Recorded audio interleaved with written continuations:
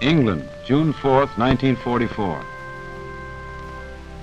The men of the armies marched toward the southern ports. Equipment rolled down the roads. Men and machines took their places in the waiting ships.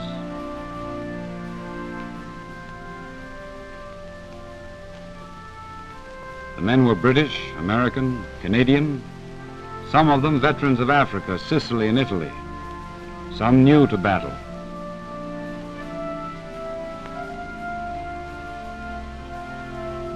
They lay in the harbors of the south coast a day longer than planned.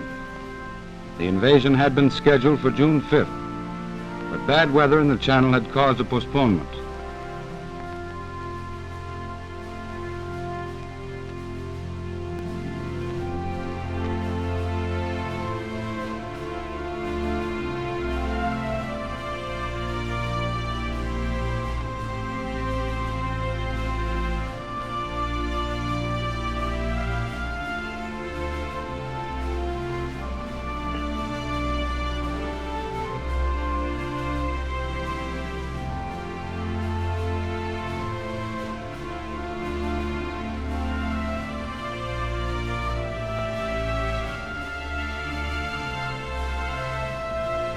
From the air, the German coastal defenses were hit by every type of Allied aircraft. As a climax to the terrible punishment to the German power dealt by our air forces in the months leading up to D-Day, pillboxes, minefields, coastal guns, bridges, ammunition dumps, radar stations, tank depots, road convoys, railroad trains going to and coming from Normandy were pounded without pause.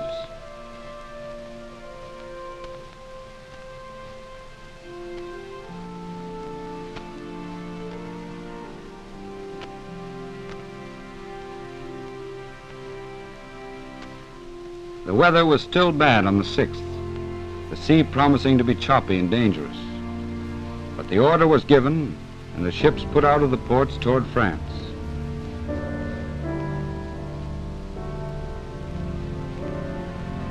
On board, the men were quiet, tense, grimly elated. The long years of training and waiting were behind them. Just over the horizon was the beginning of the final battle against the Germans. They could look around them and see the overwhelming strength that had poured from the Allied docks, factories, and arsenals.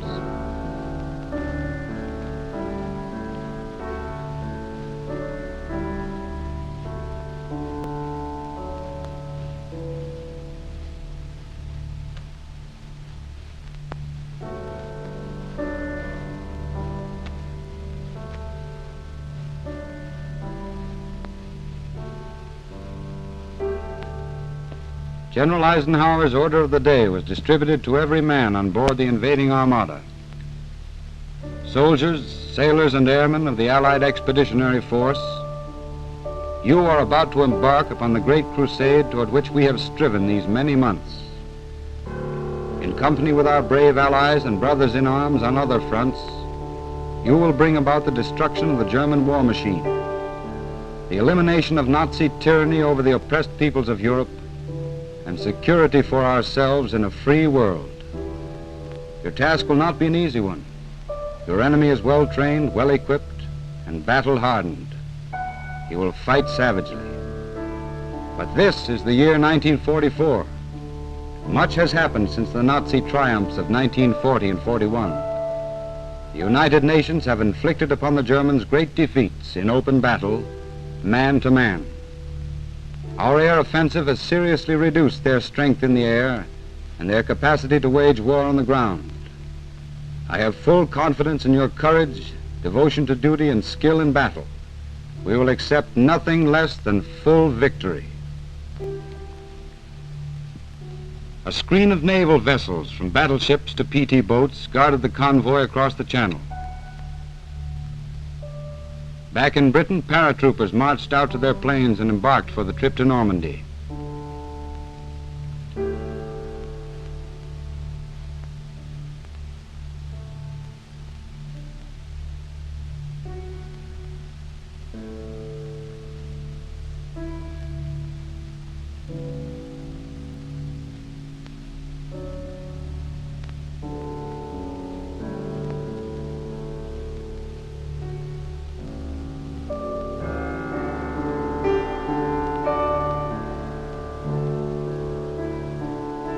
planes took off while the invading convoys were still far from the French coast.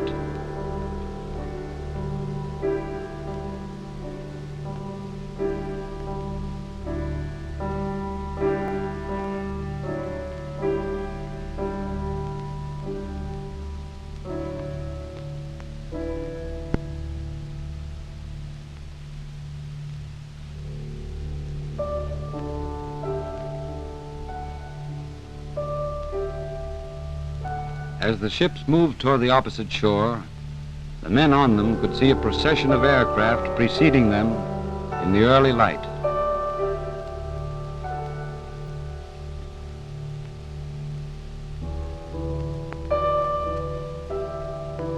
Offshore, the combined fleet swung into battle stations and marched up and down the coast, softening the surviving German installations with a murderous barrage.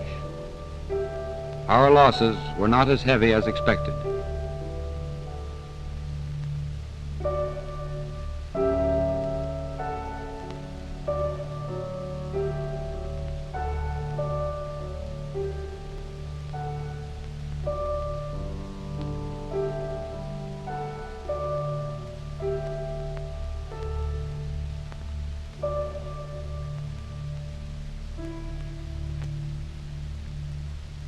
While this was going on, other airborne troops in gliders and tow planes prepared to take off from Britain.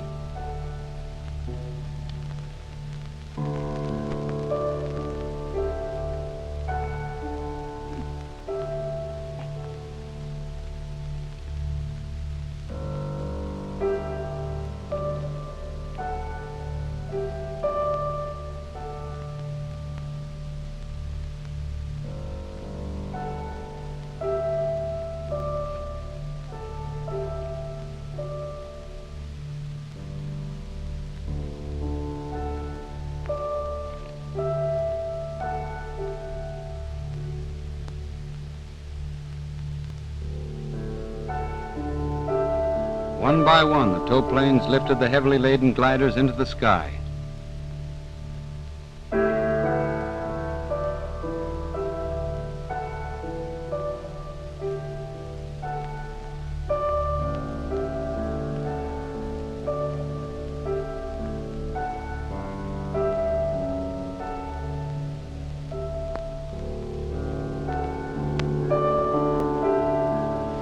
Now the shock troops of the invasion swung down the nets to the landing craft.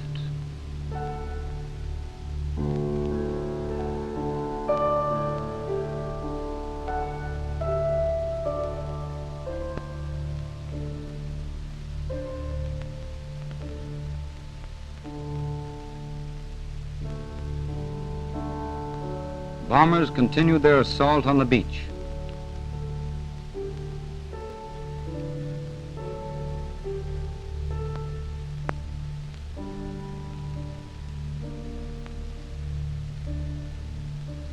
In a duel with a shore battery, at point-blank range of a mile, U.S. destroyer Corrie was sunk. A moment later, the battery that had hit it was itself put out of action by a salvo from the destroyer Fitch.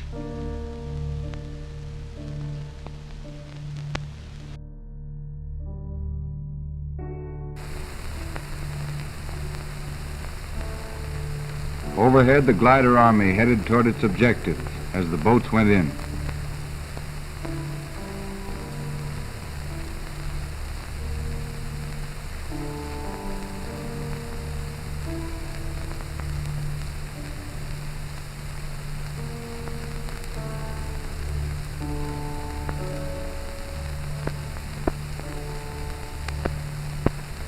From the air, ships could be seen stretching for miles in the choppy water along the coast.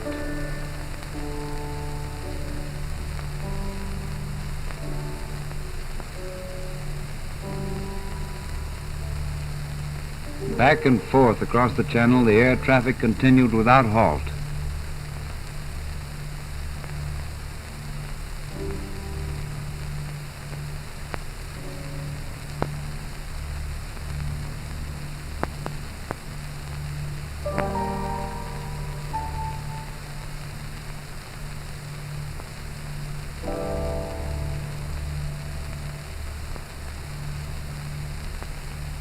Rocket ships added their weight to the destruction of the beach defenses.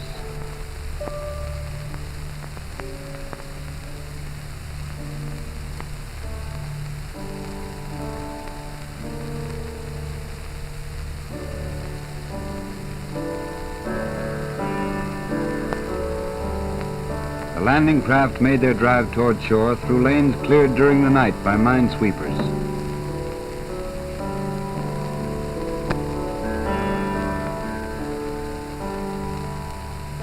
Until the last possible moment, our planes hit at the enemy on the shoreline.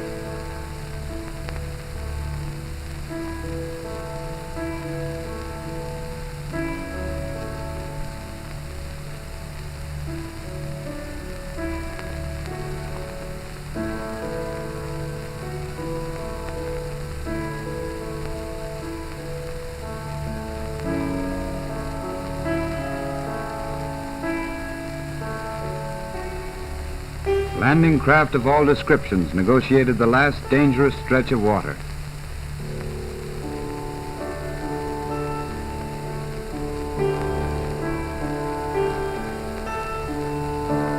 The air forces did not neglect targets inland. Everything that could hinder our advance was subject to attack from the sky.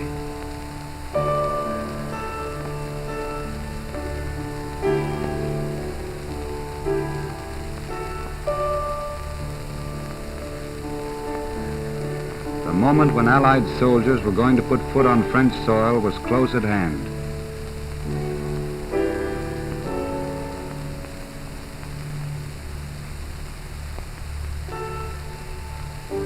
To make the foot soldiers' job easier, our planes struck at roads and transport, leading up toward the threatened coast.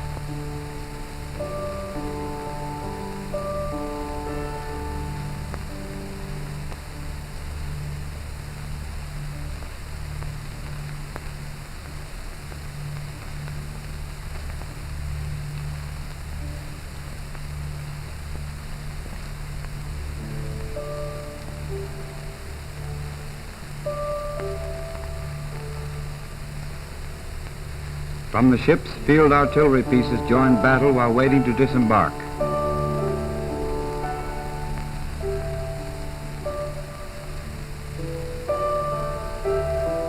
The men in the landing craft tensed for the impact of the moment when they hit the beach.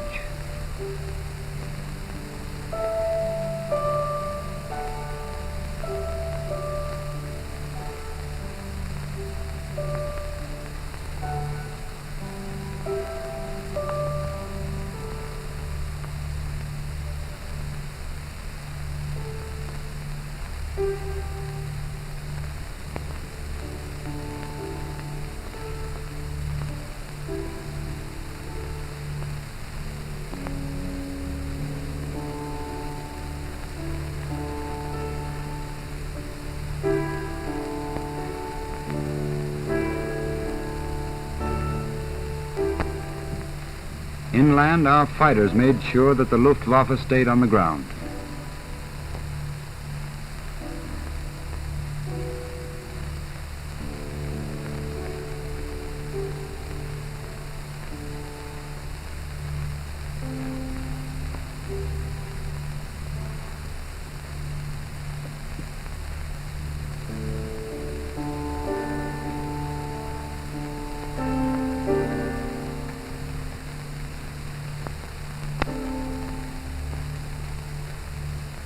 A few hundred feet ahead lay France.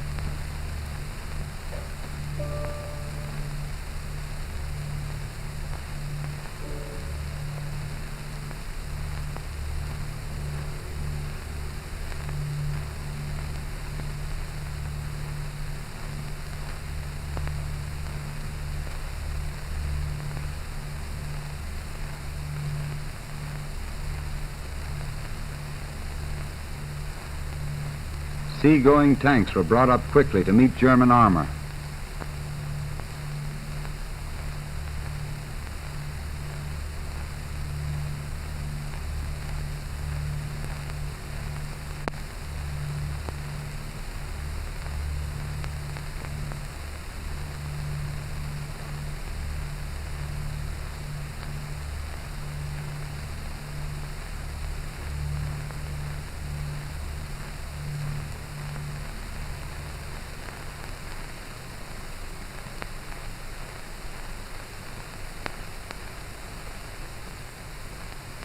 More men stepped onto the continent, into the fire of enemy guns that had survived the preliminary bombardment.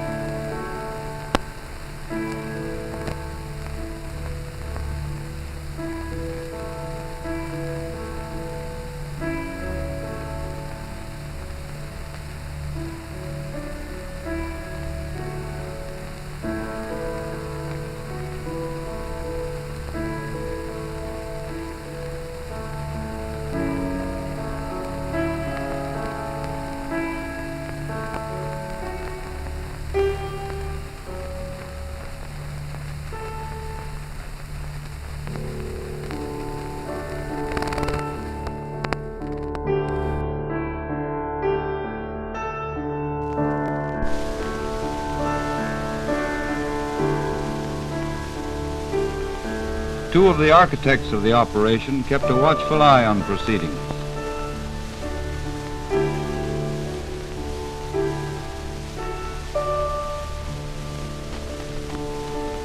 And a well-known soldier boarded a naval vessel early in the affair.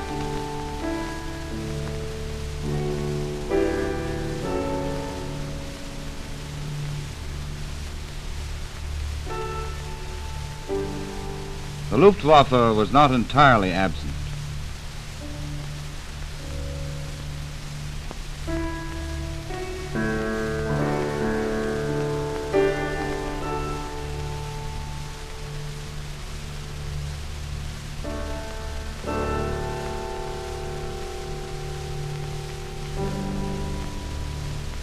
Heavy supplies were landed quickly on the beaches.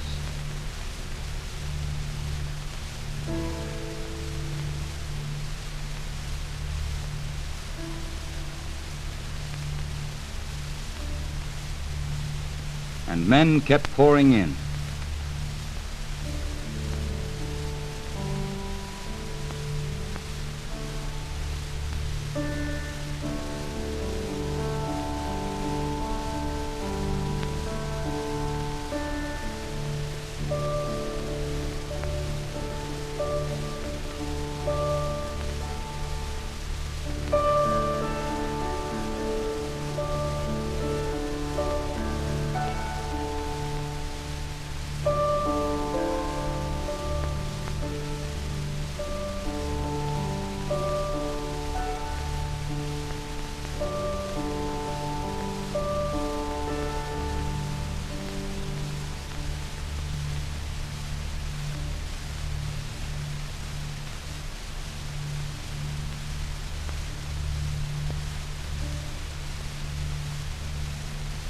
The unloading went on swiftly.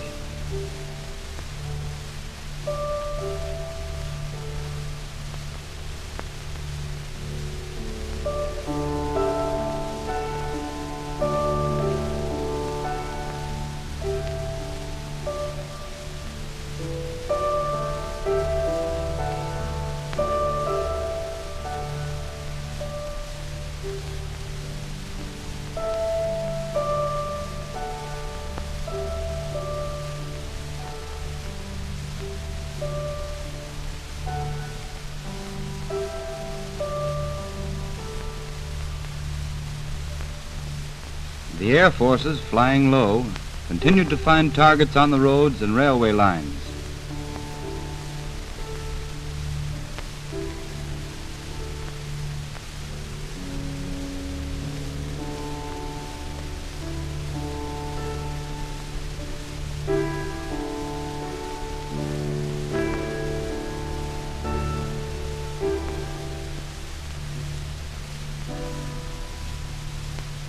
On fields inland, the gliders had landed and discharged their cargo.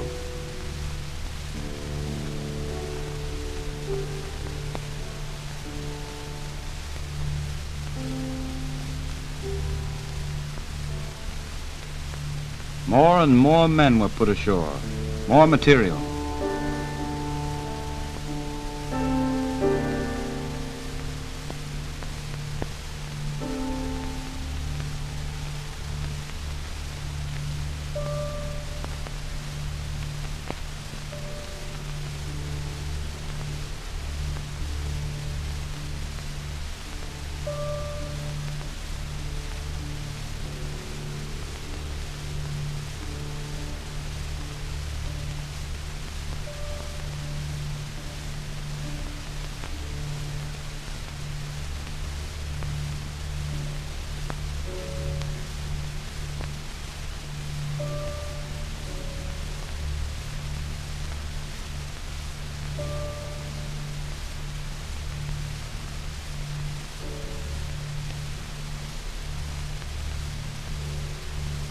German fire brought down Allied soldiers, but others kept on.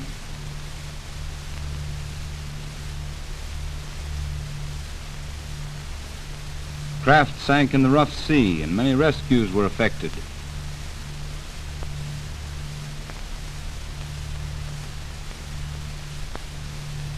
Fires dotted the battlefield, but the work of securing the beachhead went on.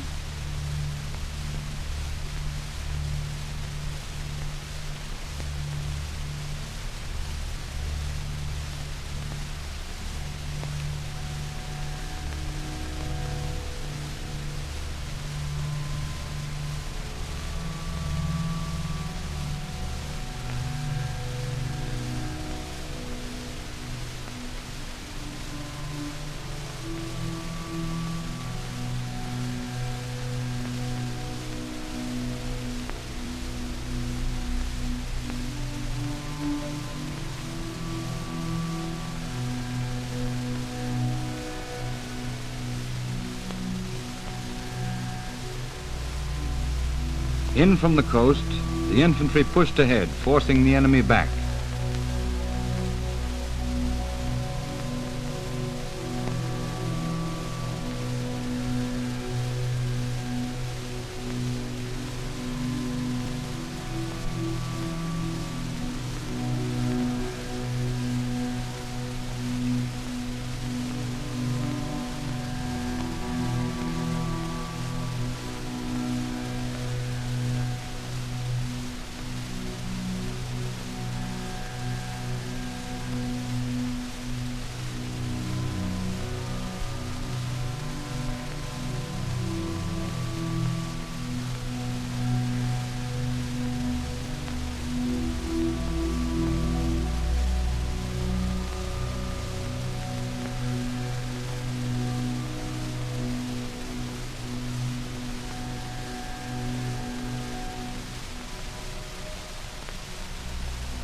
Tanks rolled up to support the advance.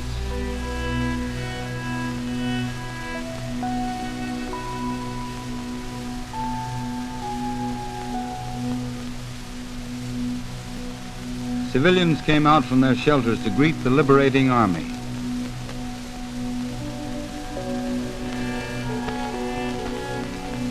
Savage street fighting took place at many points.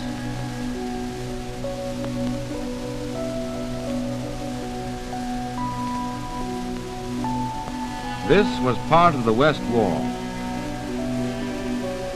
and these were some of its defenders.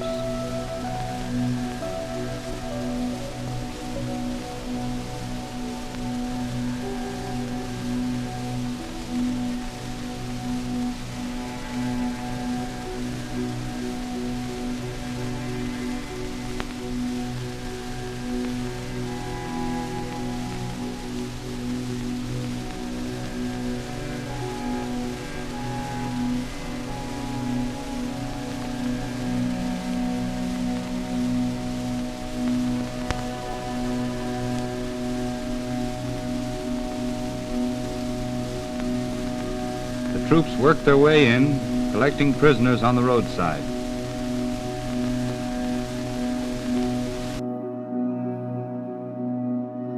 The war was over for these Germans, and things obviously had begun well for this soldier.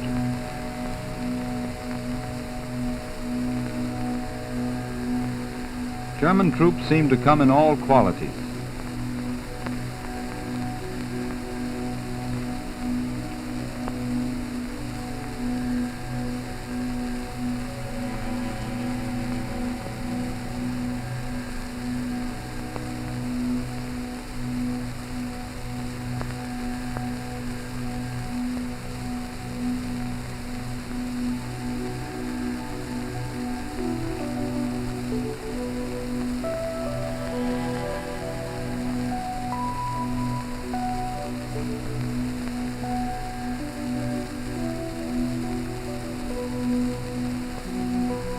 They were herded back to the beach to await transport to Britain.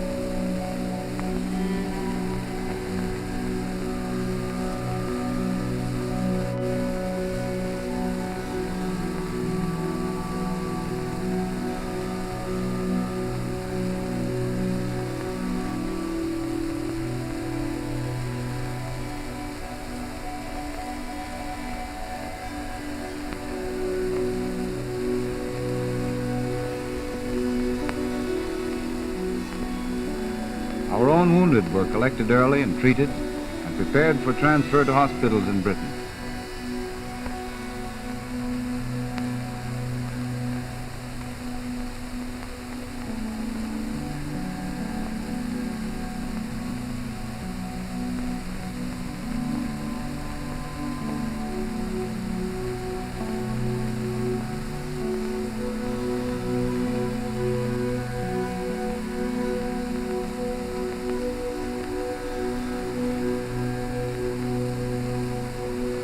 Back across the channel, survivors picked from wrecked craft in the sea were checked and cared for.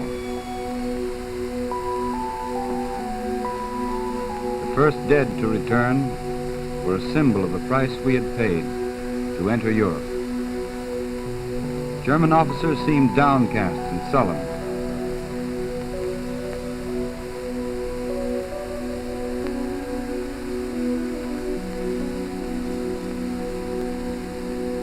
Prisoners were sent to their new homes to wait for the end of the war.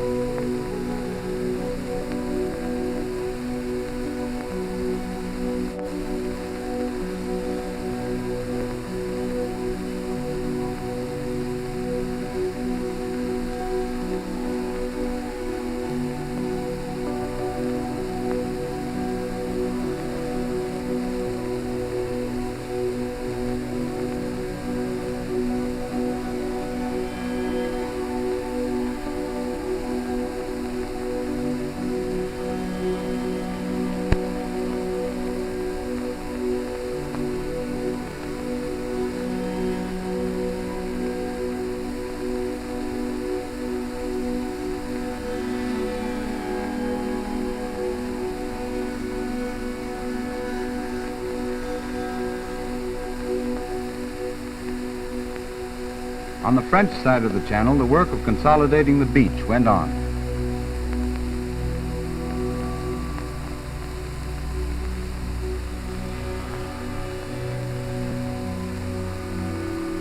and reinforcements arrived in a constant stream.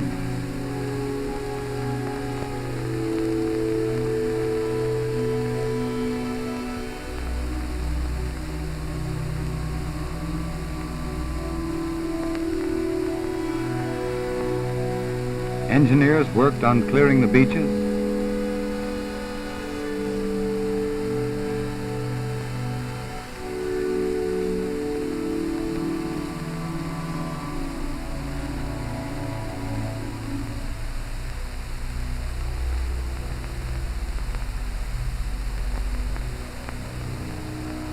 Heavy supplies came off the ships in trucks.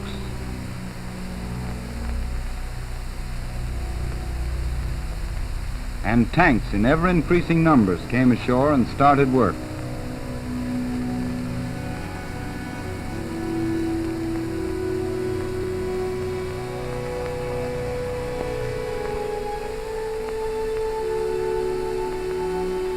Foot soldiers moved in from the beaches after the enemy.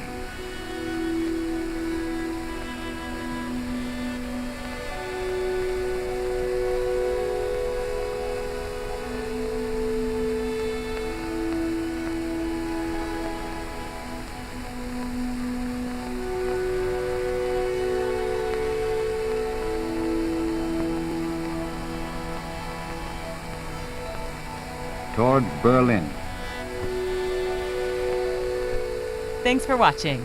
If you'd like to help us produce more compelling historical content like this, please like, comment below, and share this video with fellow history buffs. And of course, be sure to subscribe to help keep history happening.